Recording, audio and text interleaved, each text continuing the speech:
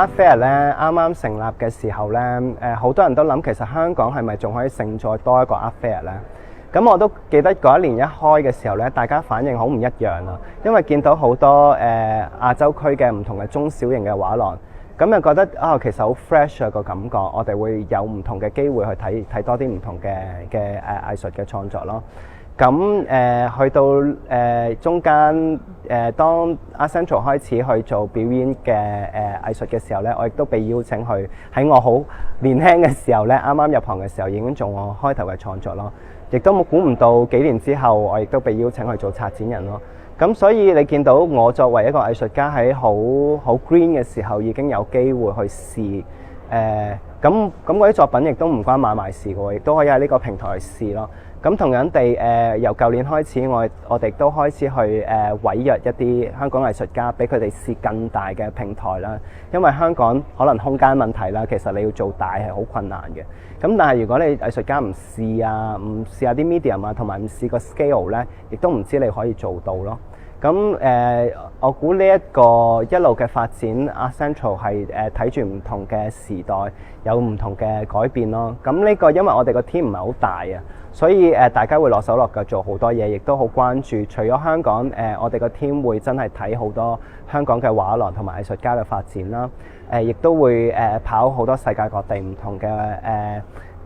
博覽會之餘咧，亦都去好多biennial啊，或者去好多唔同嘅藝術嘅活動，亦都同 artist 啊畫廊之間係建立一個關係咯。喺好多時佢哋未開始去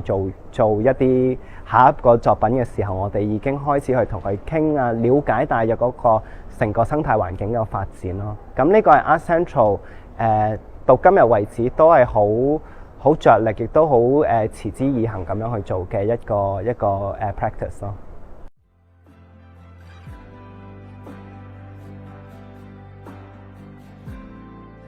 到今年又特別去做咗一個項目叫做 Legend，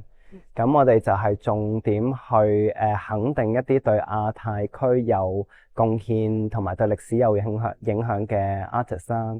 咁代表香港嘅咧就有第一代嘅錄像藝術家馮美華啦。咁佢喺好早期嘅時候，喺當香港都好少人去用呢種媒介去創作嘅時候，佢已經開始做，甚至同佢嘅朋友啊，譬如 Alan Powell 啊等等一啲藝術家嘅朋友一齊成立亞洲基本上係首批嘅錄像嘅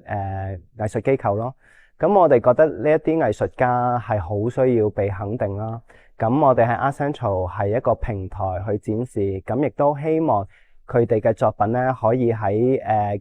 唔同嘅平台見到唔同嘅觀眾啦。更好嘅就俾唔同嘅藏家或者係博物館去收藏咯，去肯定翻我哋呢一個亞太區嘅歷史咯。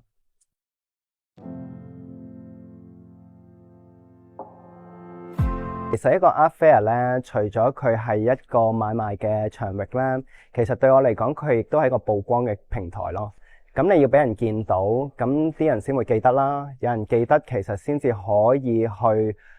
組合一齊成為一個故事咯。咁我覺得呢個成個生態好重要。譬如我哋同一啲好新嘅畫廊去合作啊，佢哋做一啲好比較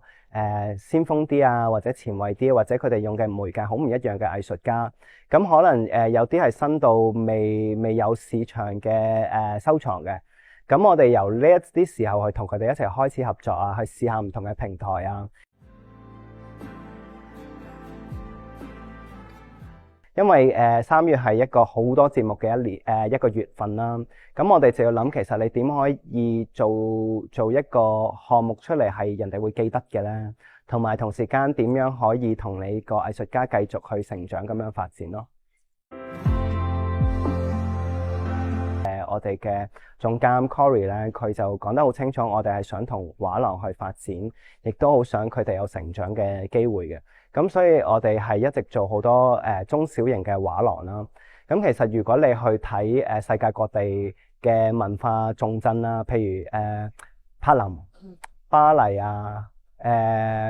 首爾啊，甚至東京咧，其實佢哋成個 art scene 咧都係靠好多中小型嘅畫廊去支撐嘅，亦都係好需要一啲新一批嘅藝術家去做創作。其實嗰個成個文化生態先至有活力咯。咁我覺得呢個係好值得我哋香港去借鏡啦。既然我哋有國際嘅平台，